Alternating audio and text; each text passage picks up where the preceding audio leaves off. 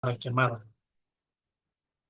Aquí tenemos lo mismo y dice cronología de México después de su independencia. Lo que ya vimos ahorita detalle, vamos a verlo aquí. Fíjense, de 1821 al 57. Algo va a pasar en este año, ahorita vamos a llegar ahí.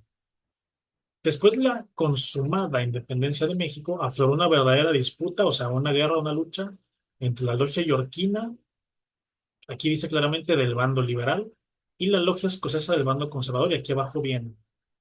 ¿Qué quería la logia yorquina, que son los liberales? Ya vimos, república y federalismo, un estado laico, igualdad civil frente a la ley. Ya vimos que también aquí también agregamos libertad económica, muchas libertades, ¿no? Porque son liberales.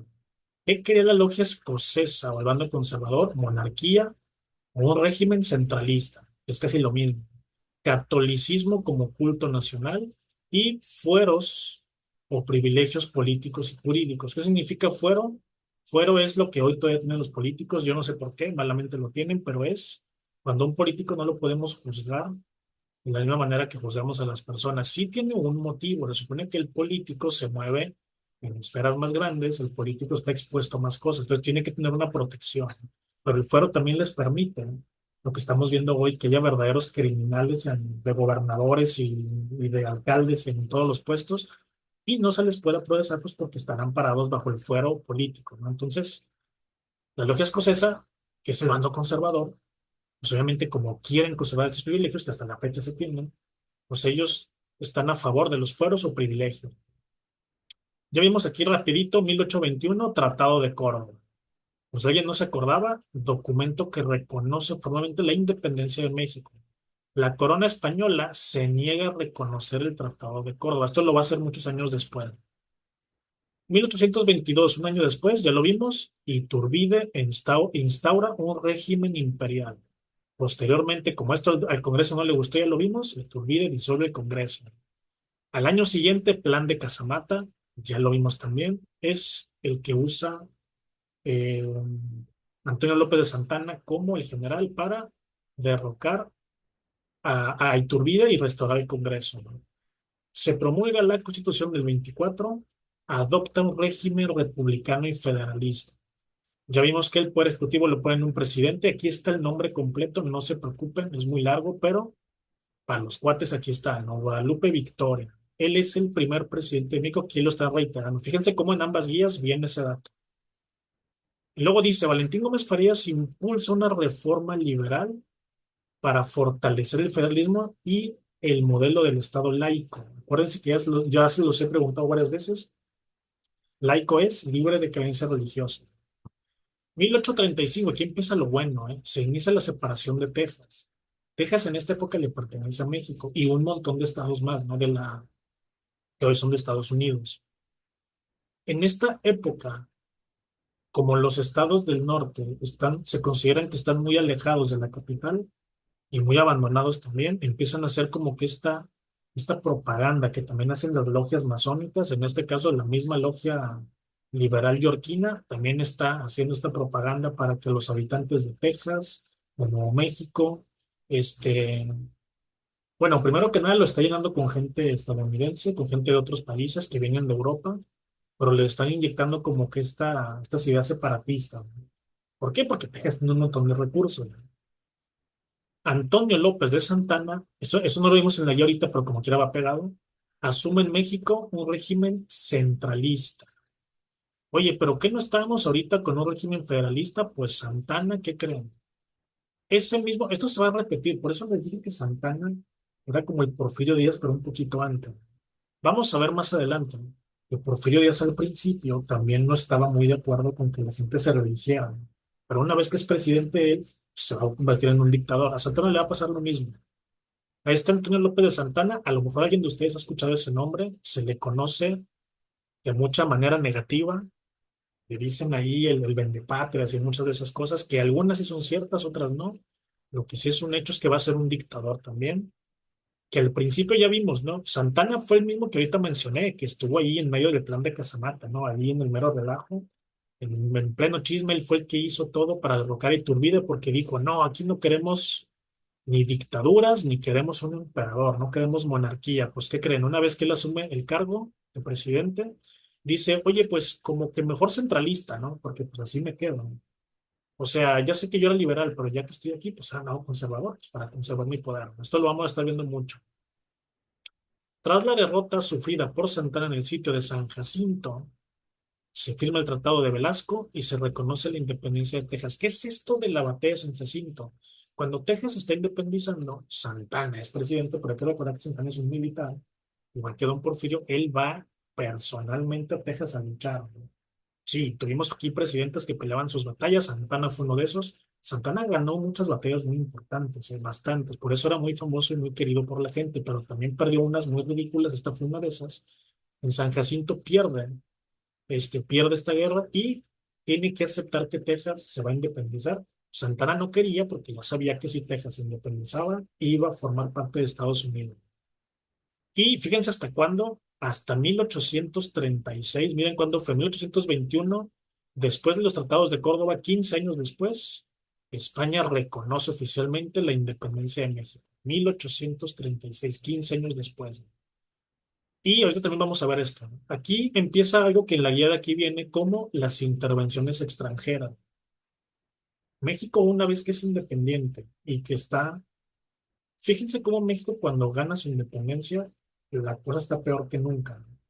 Porque tenemos una lucha interna entre gente que quiere el poder a como sea. Ya vimos que está Iturbide, ya vimos que está Guerrero, ya vimos que está Santana, ya vimos que está Guadalupe Victoria. Todos estos van a hacer lo que más les convenga.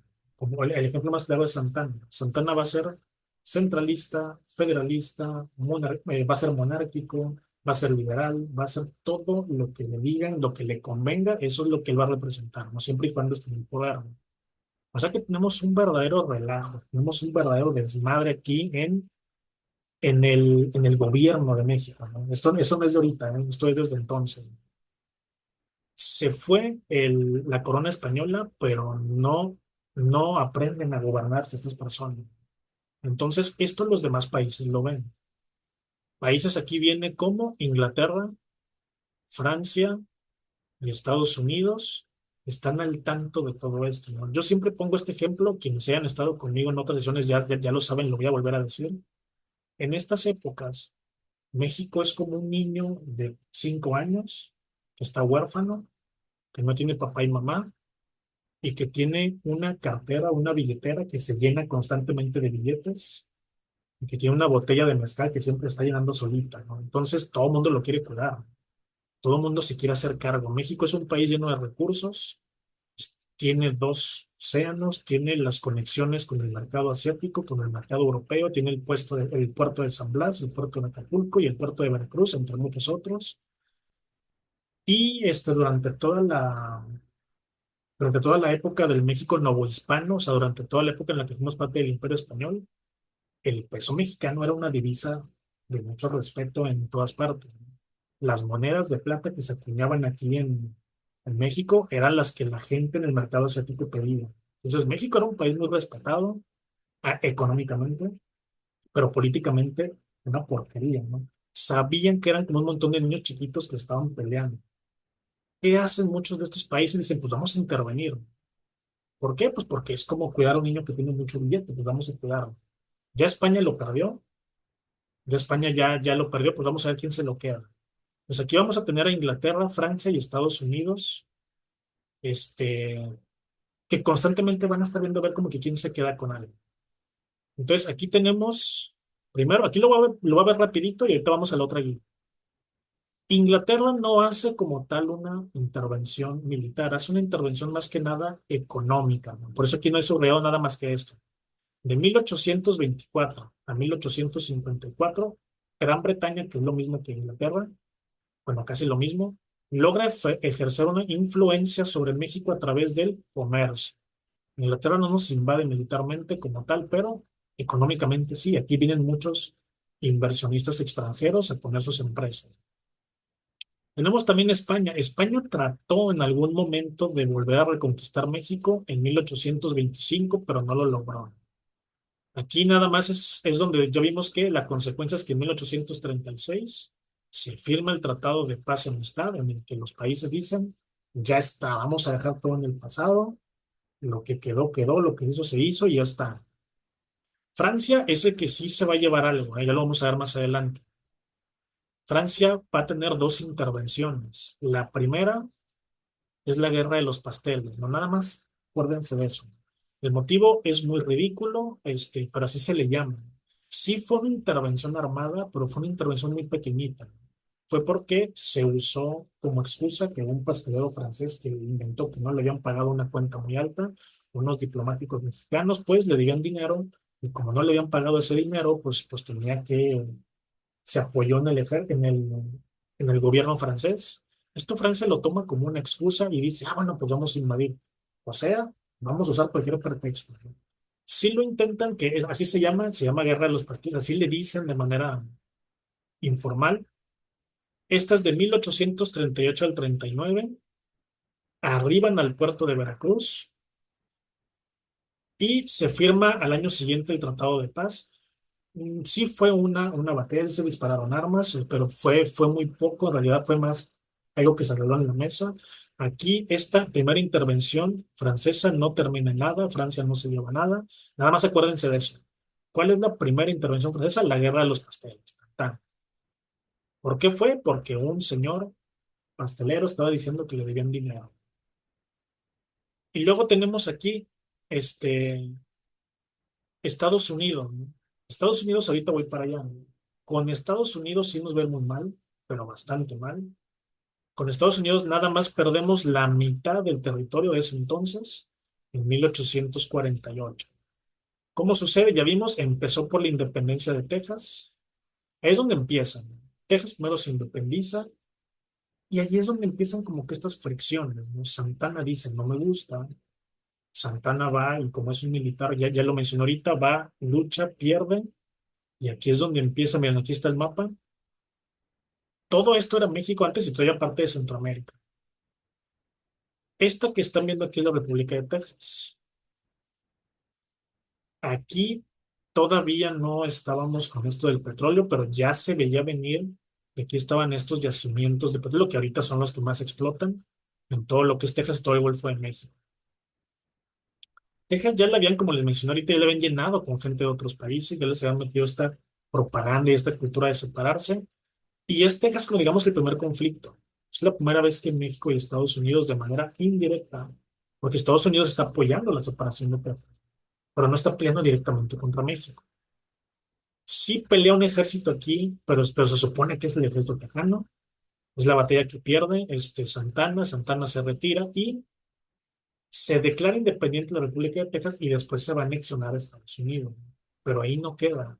Estados Unidos tenía una cosa que a lo mejor habrán escuchado, que ahorita no sé si viene aquí, pero ahorita lo vamos a ver. Estados Unidos tenía, acuérdense que Estados Unidos son ingleses que llegaron a las 13 colonias, se independizan. Cuando Estados Unidos se independiza, acuérdense que todo ese territorio pues era de nativos americanos, ¿no? De indios. La corona inglesa tenía tratos con estos indios. Mira, a mí déjame estar aquí en esta franjita, yo comercio contigo y te traigo cosas que las demás tribus no tienen, entonces eso a muchas tribus les convenía. Pero una vez que Estados Unidos se independiza, se forma Estados Unidos, pues los estadounidenses dicen, oye, ese trato era con la corona y yo no soy la corona, ¿no? Entonces aquí Estados Unidos va a empezar esta invasión.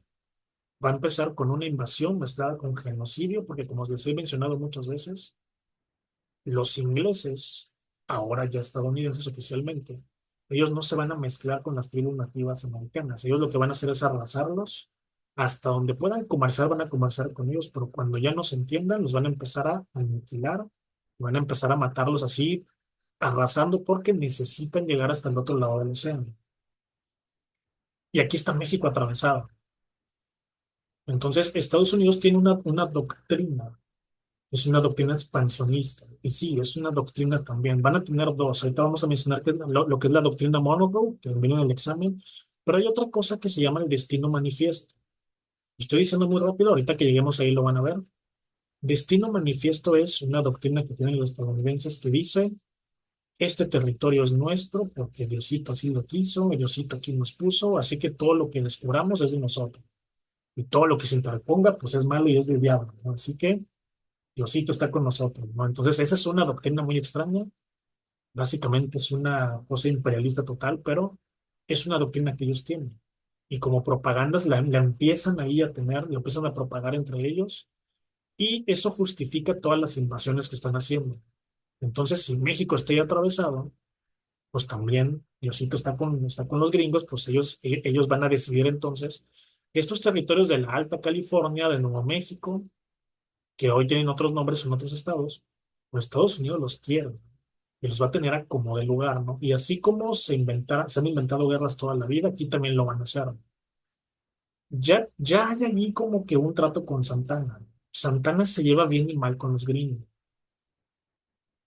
Ya ha tratado con ellos, cuando pierde San Jacinto, él firma con ellos ciertos tratados, les da cierta información, pero como quiera sigue siendo el presidente de México. Entonces aquí Estados Unidos, de repente, en 1846, aquí dice lo que está subrayado, el presidente James Polk autorizó al general Zachary Taylor para que en ese año, empezando en 1846, a que avancen las tropas hacia Río Grande. Primero van a entrar por el norte. Aquí viene que van a entrar por el norte y Zachary Taylor va a llegar aquí a Coahuila, Nuevo México, Tamaulipas, también aquí a Nuevo León. Y Winfield Scott es el que va a llegar por el puerto de Veracruz. Va a emprender la misma ruta de Hernán Cortés para llegar a México. En pocas palabras, Estados Unidos va a llegar por aquí, incluso si van a pasar por aquí, por Monterrey, donde vivo yo, por la Angostura. También van a llegar por acá, por Sonora, en lo que casi llegando a Chihuahua. Pero aquí, como que la guerra está muy trabada. Va a llegar Zachary Taylor por aquí, por Veracruz. Y aquí va a llegar más rápido a la Ciudad de México, ¿no? Eso lo va a hacer ya en 1848. Va a invadir prácticamente todo el país. Esto ya es en septiembre del 48. Es aquí donde está la batalla de los Niños Héroes, la de Chapultepec, la batalla también de Churubusco. Aquí en el norte, pues fue la batalla de Monterrey, la de la Angostura. Y por último, los estadounidenses llegan a la Ciudad de México. En Tlalpan vencen al general Pedro Marianaya y las poquitas tropas que les quedaban. Vencen la batalla de Padierna, Churubusco, Molino del Rey y Chapultepec, que fue la última. Y el 14 de septiembre, bien triste, ¿eh? Un día antes de la independencia, bueno, 2 días, el ejército invasor llega al Palacio Nacional. Hay fotos, bueno, no hay fotos, hay imágenes todavía de cómo está el Palacio Nacional con la bandera ondeando. No son fotos, pero son pinturas que se hicieron. Santana renuncia después de la derrota en la batalla de Cerro Gordo. El presidente de la Suprema Corte, Manuel de la Peña, asume el cargo y negocia la paz. Y esto apúntenlo, esto en el examen es pregunta prácticamente que hay siempre. ¿Cómo se llama ese tratado con el que se negocia la paz entre México y Estados Unidos? Se llama Tratado de Guadalupe Hidalgo. Ya sé que van muchos tratados, vamos a ver mal. Es el Tratado de Guadalupe Hidalgo porque se firma en la Villa de Guadalupe. Y es aquí donde Santana, aunque muchos lo vean como un villano y todo, Santana sí logra negociar. Santana ya había renunciado al puesto de presidente, pero Santana tenía contacto, Santana conocía gente en el gobierno estadounidense, ¿no? Entonces Santana y Manuel de la Peña van a hacer esta negociación. Estados Unidos, para que se den una idea, ya tenía invadido, vamos a ver hasta dónde me acuerdo, ahorita lo voy a poner aquí, tenía invadido prácticamente pues todo esto de aquí y parte del istmo de Tehuantepec, esto de aquí. O sea que todo esto que están viendo aquí ya lo tenía Estados Unidos de casi en la bolsa y también el istmo de Tehuantepec. Imagínense que así hubiera quedado el tratado, México hubiera sido como casi como un país de Centroamérica actualmente. Y es gracias a Santana que dice, oye, mira, yo te doy los territorios que el presidente me estabas pidiendo, pero dame una indemnización y total, logran un acuerdo. Y este acuerdo es el Tratado de Guadalupe Hidalgo. Apúntenlo, ténganlo ahí claro. Tratado de Guadalupe Hidalgo. Poniendo fin a la invasión, porque Estados Unidos nos había invadido prácticamente todo, a cambio de Nuevo México, Alta California, poco más de 2 millones de kilómetros cuadrados, más de la mitad de lo que México es hoy, y una indemnización de 15 millones por daños al país. O sea, como les dije, Estados Unidos sí nos quitó bastantes cosas. Y luego aquí también esto es importante. Santana vende por $7 millones el territorio de la Mesilla. ¿Qué era la Mesilla? Es esto que está aquí. que ahorita se fija que la frontera es diferente, ¿no? Es esta parte que está aquí, que estoy marcando aquí en rojo, esta es la Mesilla. Después de haber perdido esta guerra de 1848, esta zona que todavía le pertenece a México, pues de repente el presidente de Estados Unidos dice, oye, aquí hay unas minas de oro, hay unas minas de oro muy importantes, hay unas vetas, encontraron unas vetas entre otras cosas, y pues claro que no nos iban a decir eso, ¿no? Nos dijeron, oye, queremos poner por ahí unas vías de tren, una excusa muy mala, ¿no? Pero pues aquí hay que entender una cosa, ¿no? Santana y México ya estaban más que derrotados, el gobierno estadounidense lo pidió de buena manera y Santana sabía que si no lo vendía por las buenas, lo iban a tomar por las malas junto con quién sabe cuánto más, ¿no? Y Santana dijo, a ver, ya firmé un tratado que aunque suene ridículo, a como estaba la cosa, sí beneficiaba a México. Han de decir, pero ¿cómo? Nos quitaron la mitad, sí, pero nos pudieron haber quitado mucho más. Entonces, después de haber negociado ese tratado de Guadalupe Hidalgo, Santana dice, así estoy bien, es un pedacito ya, el que quieren, se los vendo en lo que me están diciendo, no importa. Por esto, él se gana la fama de vendepatria. Porque dicen, hay un mito que dice que Santana vendió todo esto. No. Los territorios del norte los perdió militarmente y pudo haber perdido más, ¿no? Y en la Mesilla, pues, prácticamente se la pidieron, como que, oye, pues me la vendes o me la vendes, ¿no? Pues también ahí la tuvo que vender. Y aquí tenemos que, esto ya es en 1848. Ya estamos casi en los 1850. Entonces aquí tenemos, ya nos mandan aquí a la reforma liberal. Vamos a ver qué es esto de la reforma liberal, ¿no? Fíjense que aquí está otra vez lo mismo. Vamos a regresarnos otra vez a donde estábamos. Y estoy viendo las dos guías, para quemar. Nos quedamos aquí en que Santana asume en México el régimen centralista, ya lo vimos. Y aquí está lo que les comentaba. 1838, por causa de daños contra una pastelería francesa y otros negocios en territorio mexicano, se desata un conflicto conocido como la Guerra de los Pasteles entre Francia y México. Se trata de la primera intervención francesa. La primera es la Guerra de los Pasteles. Nada más hubo dos. ¿Cuál fue la segunda? El Imperio de Maximiliano. Esa fue la segunda que apenas vamos a ver. Y se prolonga hasta 1839, o sea, nada más fue un añito, sin graves consecuencias. Por eso no vimos mucho de allí. Años después, separación de Texas provoca el conflicto fronterizo, ya lo vimos, entre México y Estados Unidos. No nos dice aquí mucho como en la otra guía, pero aquí dice nada más. Tras la derrota sufrida por México durante la guerra con Estados Unidos, ya vimos que el licenciado Manuel de la Peña y Peña firma el Tratado de Guadalupe Hidalgo y cede 5 territorios. También apunten esto, ¿eh? Lo que hoy es Texas, Nuevo México, Utah, Arizona y la Alta California. Aquí ponen, ¿no? Utah mal. Utah es con la H al final, pero son estos 5. El general Santana se restablece como presidente vitalicio. ¿Qué significa presidente vitalicio? Dictador, prácticamente. Frente a un gobierno centralista. Santana vende el territorio de la Mesilla al gobierno de Estados Unidos. Esto, como les dije, esto no le va a caer muy en gracia a los otros gobernantes o a los otros políticos que están en el país. Uno, ya no les había caído muy en gracia a Santana, porque Santana, aunque empezó siendo un héroe militar, se acaba convirtiendo en un villano, en un dictador. Esto es un dato extra, pero para que se den una idea, Santana es este presidente que empieza a inventar impuestos por todo, ¿no? Hay una leyenda que no es tan leyenda, que sí es real, está documentado. Santana fue esa persona que creó un impuesto para las habitaciones y las ventanas que había en cada habitación, ¿no? Le decía el impuesto de luz. Como en esta época no hay luz eléctrica, la gente se alumbra con velas y de día pues, la gente abre las ventanas para que entre luz, ¿no? Y Santana dice, oye, entre más luz entra a tu casa, más impuestos tienes que pagar, ¿no? Ese invento la de Santana, ese invento de ese impuesto, para que sea una idea, entre otros más, impuestos ridículos que Santana empieza a inventar, ¿no? Entonces ya, y luego esto que se hace dictador, se hace llamar Su Alteza Serenísima, el señor ya se le está yendo el avión de manera muy, muy intensa. Entonces, la gente ya no está contenta con él. Y esto es la gota que ya derrama el vaso, ¿no? Cuando vende el territorio de la Mesilla, aunque si no lo vendía hubiera sido otra guerra y quién sabe cómo nos hubiera ido, mucha gente esto lo ve ya como mal. Entonces, estalla otra revolución. Oye, esta no es muy conocida, pero como quiera apúntenla, la revolución de Ayutla. Así como va a haber una revolución mexicana para derrocar a don Porfirio, más adelante lo vamos a ver, Por eso les digo que el Santana es el de Porfirio de estas épocas. No sé si fijan, es lo mismo.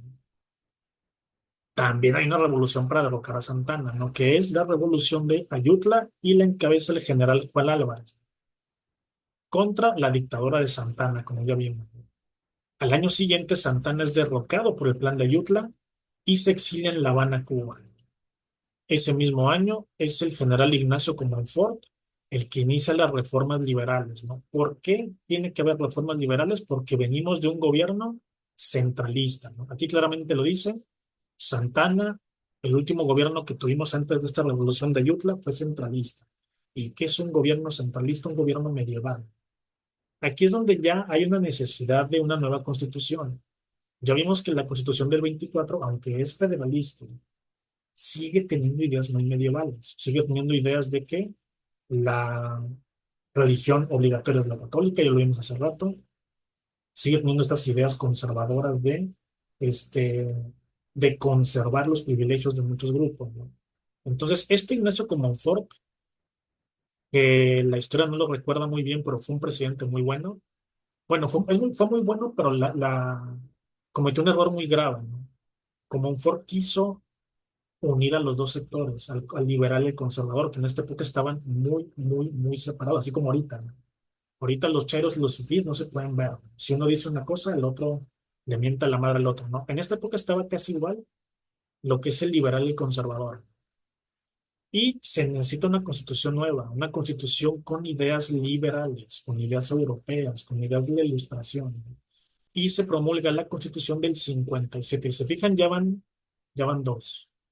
Como México independiente tenemos la de 1824 y tenemos la de 1857. La de 1857 se le conoce este, como la Constitución liberal. Y esta Constitución liberal a la Iglesia no le gustó para nada. Esta Constitución va a crear una guerra, va a crear otra guerra que conocemos justo por su nombre, por la Guerra de Reforma o las guerras de reforma. Porque esta Constitución del 57 le quitaba un montón de poder a la Iglesia. En esta época los conservadores era el partido más poderoso, era el partido, ¿por qué? Pues era el que tenía más privilegio. Los que estaban alineados con la iglesia, sobre todo ¿cómo se llama? Más que nada los empresarios, los burgueses, todos estos grupos que están alineados con la iglesia, con el gobierno actual, tienen un montón de privilegios, ¿no? La misma iglesia tiene un montón de privilegios, ¿no? Entonces, claro que no los va a querer perder, ¿no? Y esta constitución dice tenemos que quitarle ese poder a la iglesia, porque es como pasar de la Edad Media a la Edad Moderna, para aquí en México. Ya ven que en la Edad Media la iglesia decidía todo, ¿se acuerdan? Tenía una inquisición, y si no estábamos de acuerdo nos mandaban a la hoguera. En México era algo parecido. Entonces aquí tenemos que como Ford quiso unir a estas dos facciones, a la facción liberal, a la facción conservadora, no pudo, porque pues ya saben, cuando dos personas que se caen muy mal tienen un amigo en común, pues cada uno quiere que le deje de hablar al otro, ¿no? Entonces como los dos vieron que querían quedar bien también con los otros, como Ford es recordado como un villano por todos, pero en realidad pues él tuvo una buena intención. Él quería que el país estuviera unido, o sea que nos hubiera ayudado mucho hasta la fecha, ¿no? Pero no, no se pudo porque el mexicano no puede estar unido nunca. Entonces, ¿qué es la reforma liberal? Es esta constitución del 57. Se le llama reforma porque se le va a volver a dar forma a la constitución del 24. O sea, con esa constitución que ya teníamos, pues vamos a reformarla, por eso se le llama reforma. Las leyes de reforma reflejan una visión radical entre los más enérgicos integrantes del Partido Liberal.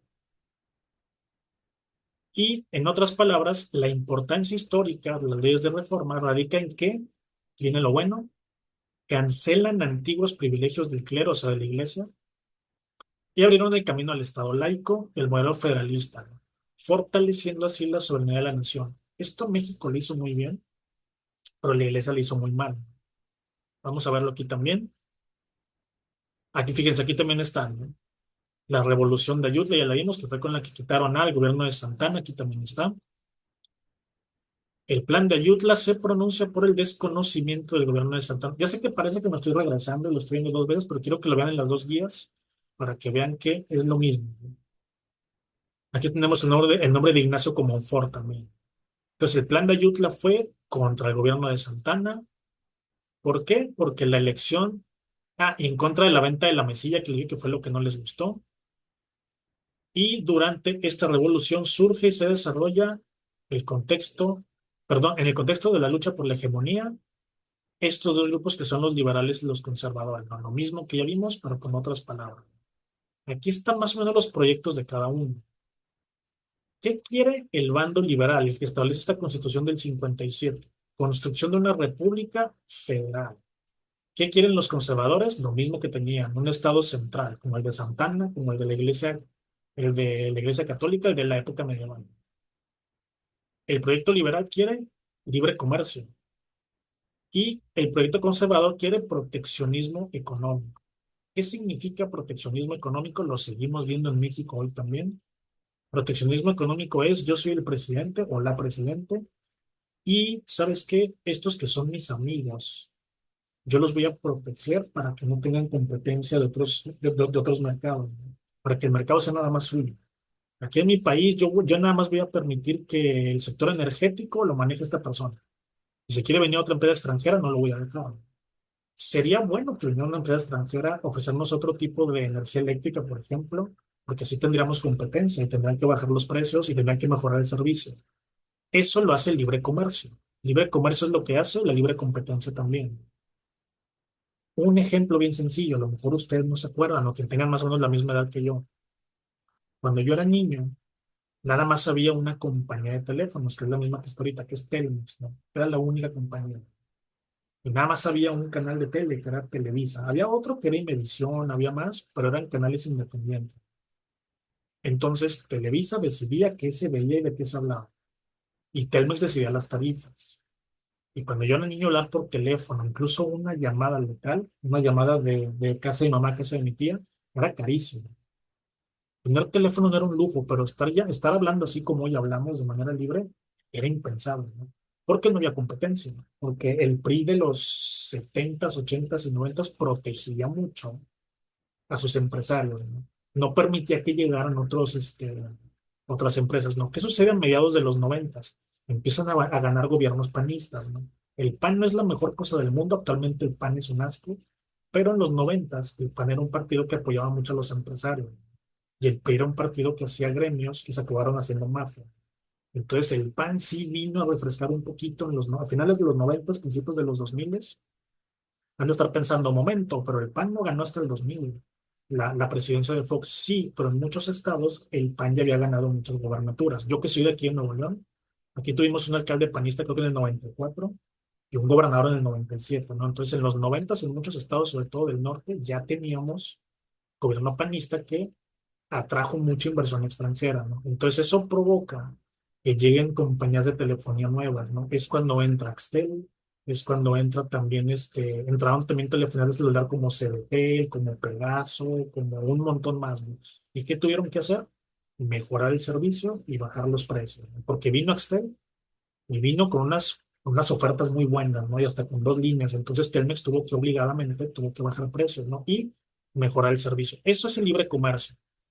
Y esto que es el proteccionismo económico, como dije, es lo que teníamos antes y hoy otra vez estamos teniendo, ¿no? Que decimos, este es mi amigo el de la comisión, no me lo toque. No quiero que tenga competencia, pues para que le vaya bien y me vaya bien a mí también. Eso es muy conservador, eso del proteccionismo. ¿Qué más quiere el liberal? Estructura agraria, clerical y comunal para desarrollar la propiedad privada. Acuérdense que propiedad privada es muy del capitalismo. ¿Qué quiere el proyecto conservador?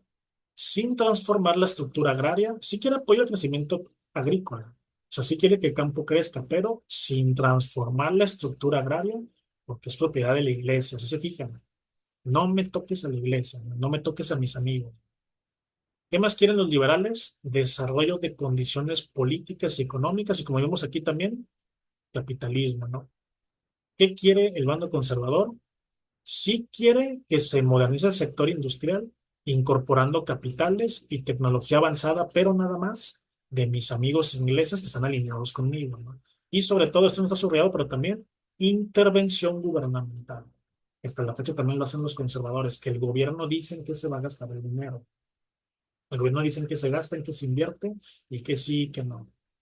Y el liberal también apoya mucho el impulso individual. ¿Qué quiere decir esto? Que si una persona quiere también hacer una pequeña o mediana empresa, la puede formar, no le van a poner tantos obstáculos, ¿no? Entonces, estos son los dos proyectos, ¿no? El conservador, si se fijan, tiene una cosa en común, la iglesia. Y si hay una reforma en la Constitución del 24 y va a ser la nueva del 57, esta Constitución le está quitando privilegios a la iglesia, pues ¿qué creen? Pues no les va a gustar a los conservadores. Apunten esta fecha, 5 de febrero 1857. Es, es la, es la Constitución del 57 de la Reforma, es la primera Constitución liberal que tenemos. Esta Constitución, aquí viene otro plan, ¿eh? Plan de Tacubaya, ¿no? Así rapidito, ¿qué fue esto? El mismo Ignacio Comonfort sabía que si la aceptaba, él era el presidente en este entonces, él sabía que si aceptaba esta Constitución, que era muy polémica para esta época. Acuérdense que aquí en México, a pesar de que ya estamos en plena época contemporánea, ya pasó la Revolución Francesa, ya pasó la época medieval, seguimos teniendo ideas medievales. México mentalmente aquí sigue siendo muy medieval. Sigue pensando que la iglesia tiene que decidir todo, ¿no? Eso aquí en México sigue pasando. La iglesia es dueño las, de muchas propiedades con las que ellos hacen después cosas, ¿no? Ahorita vamos a ver eso, es muy importante en una de estas leyes. Entonces, causa descontentos en el grupo conservador pronunciándose en su contra con el plan de Tacubaya. El plan de Tacubaya es un plan con el que se va a desconocer esta constitución. ¿Para qué es? Para desconocer esta constitución, convocar a otro Congreso Constituyente para elaborar una nueva constitución, dar continuidad a la presidencia de Comonfort por lo pronto, pero aquí los mismos conservadores que les dije ya no lo vieron con buenos ojos, porque Comonfort también quería quedar bien con los liberales. Eso no les gustaba. Los conservadores querían que hicieran nada más lo que ellos querían, ¿no? Entonces los conservadores lo desconocen. Y en ese año Benito Juárez va a ser, no va a ser electo presidente, él va a llegar a la presidencia porque él es el presidente de la Suprema Corte. En estas épocas no existe el puesto de vicepresidente. Cuando a un presidente le sucede algo o tiene que dimitir, el vicepresidente es el que va a tomar el cargo. En este caso, como no existe este puesto, el presidente de la Suprema Corte era el que tenía que asumir la presidencia en caso de que no hubiera presidente. Entonces, aquí es donde se va a hacer importante la figura de Benito Juárez. Y ahorita en el siguiente bloque vamos a seguir viendo lo que es ya ahora sí estas leyes de reforma que causaron esta guerra. Vamos a ver qué pasó en esta guerra y lo vamos a ver qué pasó después.